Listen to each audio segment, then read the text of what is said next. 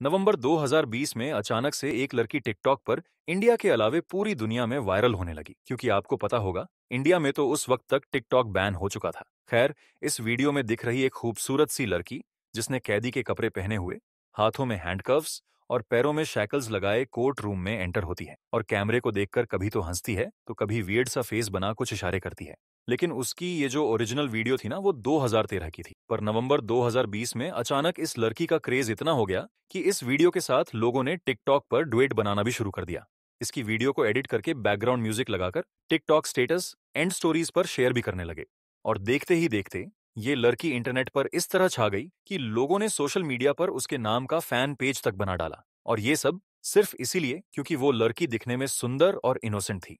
पर यहाँ सबसे हैरानी की बात तो ये थी कि कोर्ट रूम की वो वीडियो और कैमरे के सामने उस लड़की की वो सारी हरकतें कोई एक्ट या किसी प्ले का पार्ट नहीं था, बल्कि ये वीडियो तो तब की थी जब रियल लाइफ में इस लड़की पर अपनी ही माँ का मर्डर ट्रायल चल रहा था। और ये लड़की थी इजाबेला गुज़मैन, जो कि यूएसए में कोलोराडो के अरोरा सिटी में अपनी माँ युनमी होए और अपने स्टेपफादर रायन होए के साथ रहा करती थी। इजाबेला की कोर्ट तक पहुंचने की कहानी 2013 में शुरू होती है, जब वो महज 18 साल की थी। होता कुछ यूं है कि 27 अगस्त 2013 की शाम इजाबेला की मां युनमी होए अपने स्टूडियो से काम खत्म करके वापस अपने घर लौट रही थी। मगर जैसे ही वो अपने घर के पास पहुंची तो उन्होंने देखा कि एक लड़का उनकी विंडो से कूदकर बाहर निकल रहा है। और तब उन्हें उनके नेबर्स की कही गई बात याद आई। दरअसल उनके जो नेबर्स थे वो इससे पहले भी कई बार युनमी को ये बात बता चुके थे कि जब भी वह घर पर नहीं होती है तो इजाबेला अक्सर अपने साथ अलग अलग लड़कों को घर लेकर आती है। पहले तो युनमी होए को उन लोगों की बातों पर यकीन नहीं हुआ था, पर जब उन्होंने खुद अपनी आंखों से एक लड़के को इजाबेला के रूम की विंडो से भागते हुए देखा तो वो कन्विंस हो गई कि उनके नेबर्स सही बोल रहे थे। इसके बाद इजाबेला की मां सीधे इजाबेला के रूम में पहुंची और उस लड़के के बारे में पूछने लगी। मगर इजाबेला ने उनके किसी भी बात का प्रॉपर जवाब नहीं दिया। और जब उसकी मां ने उसे समझाने की कोशिश की तो इजाबेला कोई भी बात सुनने और समझने की बजाय उल्टा अपनी मां के ऊपर ही चिल्लाना और उन्हें अब्यूज करना शुरू कर दिया। ये देखकर युनमी होए को काफी शॉक लगा और इजाबेला के इस बिहेवियर ने उन्हें बहुत डरा भी दिया, क्योंकि टीनेजर बच्चों को हैंडल करना डिफिकल्ट तो है, ये बात युनमी होए अच्छे से जानती थी, स्पेशली इजाबेला के केस में। दरअसल इजाबेला 1995 में पैदा हुई थी और तब वो अपने बायोलॉजिकल फादर रॉबर्ट गुज़मैन और अपनी मां युनमी गुज़मैन के साथ इसी अरोरा सिटी में कहीं और रहा करती थी। जाहिर सी बात है, रॉबर्ट और युनमी अपनी बेटी से बहुत प्यार करते थे और इजाबेला भी उन दोनों से, खासकर वो अपने पिता के काफी क्लोज थी। और इजाबेला के पैदा होने के बाद उसके पेरेंट्स एक साथ मिलकर अरोरा सिटी के ही टाउन सेंटर में एक पोर्ट्रेट स्टूडियो ओपन करते हैं और उस स्टूडियो का नाम वो अपनी बेटी के नाम पर बेला पोर्ट्रेट स्टूडियो रखते हैं। ये छोटी सी गुज़मैन फैमिली आपस में काफी खुश थे।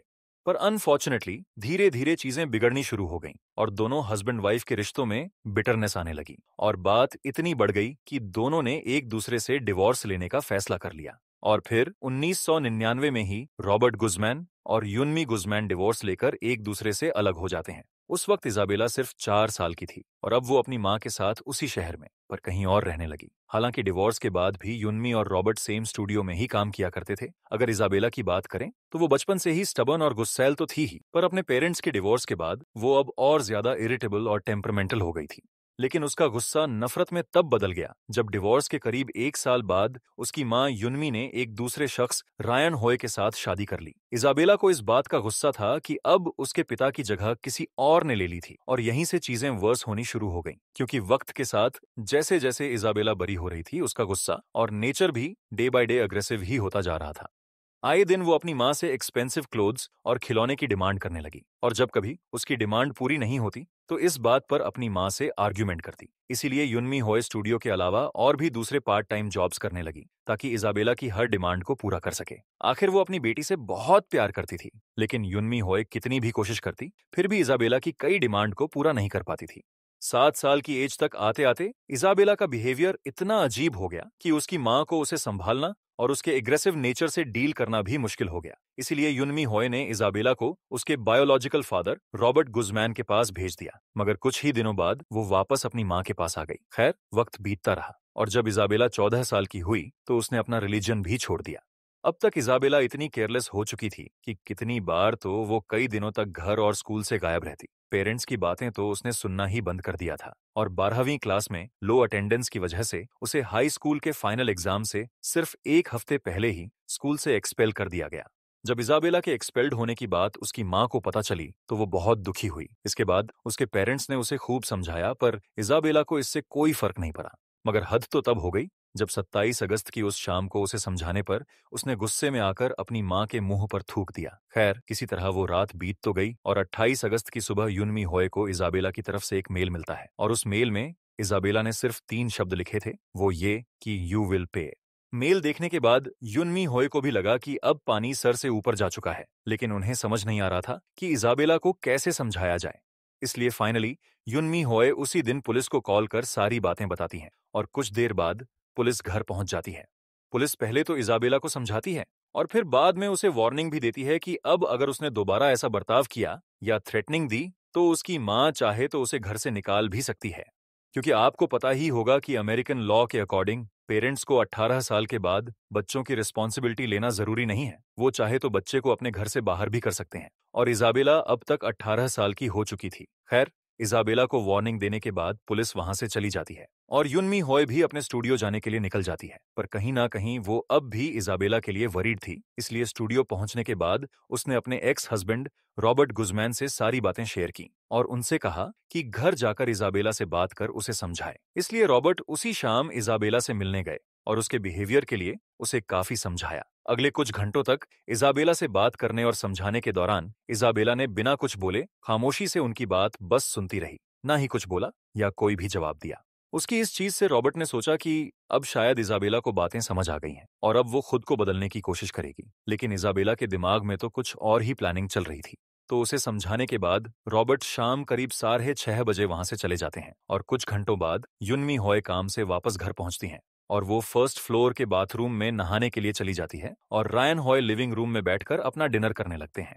इसके थोड़ी देर बाद ही रात करीब 10 बजे रायन को ऊपर फर्स्ट फ्लोर से कुछ भारी चीज के गिरने की आवाज सुनाई देती है और कुछ सेकंड बाद ही युनमी चिल्लाकर उसका नाम पुकारती है। ये सुनते ही रायन ऊपर फ्लोर के बाथरूम की तरफ भागते हैं। जैसे ही वो ऊपर पहुंचे तो उसने देखा कि वॉशरूम का दरवाजा खुला हुआ है, शावर चलने की आवाज आ रही है। फिर वो वॉशरूम के करीब गए तो उसने बाथरूम के अंदर इजाबेला को देखा और युनमी की आवाज भी उसी वॉशरूम से आ रही थी। मगर जैसे ही रायन ने बाथरूम में एंटर करने की कोशिश की तो इजाबेला ने पूरी जान लगाकर दरवाजे को अंदर से लॉक कर लिया। अभी भी अंदर से युनमी की जोर जोर से चिल्लाने की आवाज आ रही थी और बाहर से रायन बाथरूम का दरवाजा पीटते हुए इजाबेला से डोर ओपन करने की रिक्वेस्ट करते हुए अपनी तरफ से जान लगाकर दरवाजा ओपन करने की कोशिश कर रहे थे।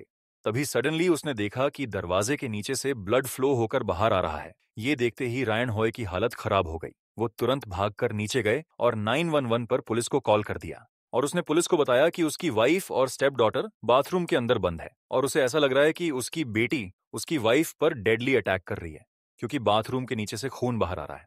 रायन पुलिस से बात करते हुए ऊपर पहुंचे तो अचानक से रायन ने युनमी होए की एक जोर की चीख सुनी और यह उसकी आखिरी आवाज थी। इसके बाद सब कुछ बिल्कुल शांत हो गया। थोड़ी देर बाद ही बाथरूम का दरवाजा खुला और अंदर से इजाबेला बाहर निकली। उसके पूरे कपड़े ब्लड में सोक्ड थे और उसने अपने हाथ में एक चाकू ले रखा था जिसमें से अभी भी खून टपक रहा था। इजाबेला को इस हालत में देखकर रायन सन्न रह गए। उन्हें लगा कि अब अगला नंबर उसी का है, लेकिन इजाबेला ने रायन की तरफ देखा तक नहीं और ना ही उसके फेस पर कोई एक्सप्रेशन ही था। वो सीधे रायन के बगल से निकल गई और डाउनस्टेयर्स से होते हुए बैकयार्ड की तरफ चली गई। इसके बाद रायन भागकर बाथरूम में गए पर वो जैसे ही बाथरूम में पहुंचे तो उसके पैरों तले जमीन निकल गई क्योंकि पूरे बाथरूम में ब्लड ही ब्लड था और युनमी बाथरूम फ्लोर पर बेजान पड़ी थी। युनमी के गले पर डीप कट मार्क था और उसके पूरे चेहरे और सीने पर काउंटलेस स्टैब वुंड्स थे और उसके बगल में एक बेसबॉल बैट भी पड़ा हुआ था। रायन हॉय, जो कि अभी भी पुलिस के साथ कॉल पर ही थे, और जब उसने पुलिस को अपनी वाइफ की हालत के बारे में बताया तो पुलिस ने उसे अपनी वाइफ को सीपीआर देने को कहा। इसीलिए रेयान युनमी को सीपीआर देने लगे पर कोई फायदा नहीं हुआ क्योंकि अब तक इसके लिए काफी देर हो चुकी थी। खैर, कुछ ही देर बाद पुलिस और मेडिकल टीम भी वहां पहुंच चुकी थी और युनमी को एग्जामिन करने के बाद उसे डेड डिक्लेयर कर देती है और बॉडी को पोस्टमार्टम के लिए भेज दिया जाता है। इसके बाद पुलिस इजाबेला को ढूंढना शुरू करती है मगर वो पूरे घर में कहीं नहीं मिलती। फिर पुलिस घर के बैकयार्ड में देखती है मगर वहां से भी पुलिस को कुछ नहीं मिलता है। अब पुलिस इजाबेला के फोन लोकेशन को ट्रेस करने की कोशिश करती है पर यहां भी उन्हें कोई कामयाबी नहीं मिलती क्योंकि इजाबेला का फोन स्विच्ड ऑफ था। इसके बाद पुलिस मीडिया के जरिए एक पब्लिक एडवाइजरी इशू करती है और लोगों से ये अपील करती है कि वो जहां भी जिसे भी दिखे वो तुरंत पुलिस को इन्फॉर्म करें। इसी बीच नेक्स्ट मॉर्निंग युनमी होए की पोस्टमार्टम रिपोर्ट भी आ गई, जिसमें पता चला कि युनमी होए के ऊपर 79 टाइम्स स्टैब किया गया था, जिसमें से 31 बार उसके फेस पर और 48 बार उसके नेक और चेस्ट पर हमला किया गया था। हालांकि बाद में कोर्ट हियरिंग के दौरान पता चला कि युनमी होए पर इससे कहीं ज्यादा बार हमले किए गए थे और उसे ब्रूटली बेसबॉल बैट से पीटा भी गया था। और जब ये पोस्टमार्टम रिपोर्ट मीडिया में आई तो यह खबर देखते ही देखते पूरे अमेरिका में फैल गई और लोगों को यकीन नहीं हो रहा था कि महज 18 साल की एक लड़की ने अपनी ही मां की इतनी बुरी तरीके से हत्या कर दी थी। इधर पुलिस भी इजाबेला को ढूंढने में लगी थी, पर उन्हें अभी तक कोई कामयाबी नहीं मिली थी। तभी अचानक से उसी सुबह अराउंड 11:30 911 पर एक अनोनिमस कॉल आता है, जिसमें कॉलर बताता है कि साउथ पार्कर रोड की पार्किंग गराज में एक कार के अंदर ब्लड सोक्ड एक बॉडी पड़ी है। इन्फॉर्मेशन मिलते ही पुलिस तुरंत साउथ पार्कर रोड की तरफ निकलती है, पर जब पुलिस वहां के पार्किंग गैरेज में पहुंची तो जिस कार के अंदर बॉडी होने की बात कही गई थी वो बॉडी वहां से गायब हो चुकी थी। अब पुलिस को यह समझ नहीं आ रहा था कि आखिर एक डेड बॉडी कार के अंदर से गायब कहां हो गई। लेकिन जब पुलिस ने उस कार को सर्च किया तो कार से कुछ चीजें मिली जो कि इजाबेला से लिंक हो रही थी। इसलिए पुलिस ने सादी वर्दी में कुछ पुलिस वालों को उस पूरे एरिया में डिप्लॉय कर दिया। अब तक कुछ घंटे बीत चुके थे, पर पुलिस को कुछ भी नहीं मिला था। फिर तभी पुलिस को एक लड़की पिंक स्पोर्ट्स ब्रा और टर्क्वाइज शॉर्ट्स में पार्किंग गैराज से बाहर आती हुई दिखी। पुलिस को समझ आ चुका था कि यही उनकी सस्पेक्ट इजाबेला गुज़मैन है। इसके बाद सादी वर्दी वाले पुलिस इजाबेला को फॉलो करते हुए उसके पीछे पीछे चलने लगे और जैसे ही वो पार्किंग से बाहर आई तो पुलिस वालों ने इजाबेला को घेर लिया और पुलिस के पूछने पर इजाबेला ने अपना नाम सामंथा गोंजालेस बताया और उसने पुलिस वालों से कहा कि उन्होंने गलत लड़की को अरेस्ट किया है। यहाँ तक कि पुलिस वालों ने उसे उसकी आईडी दिखाई तो उसने कहा कि आईडी वाली लड़की की शक्ल तो उससे जरूर मिलती है, पर वो इजाबेला गुज़मैन नहीं सामंथा गोंजालेस है और वो सिंसिनाटी ओहायो में रहती है। लेकिन पुलिस वाले उसकी किसी भी बात का यकीन नहीं करते हैं और फाइनली क्राइम के लगभग 16 घंटे बाद ही पुलिस इस इजाबेला गुज़मैन को उसके घर से सिर्फ 1.5 किलोमीटर दूर से अरेस्ट कर लेती है।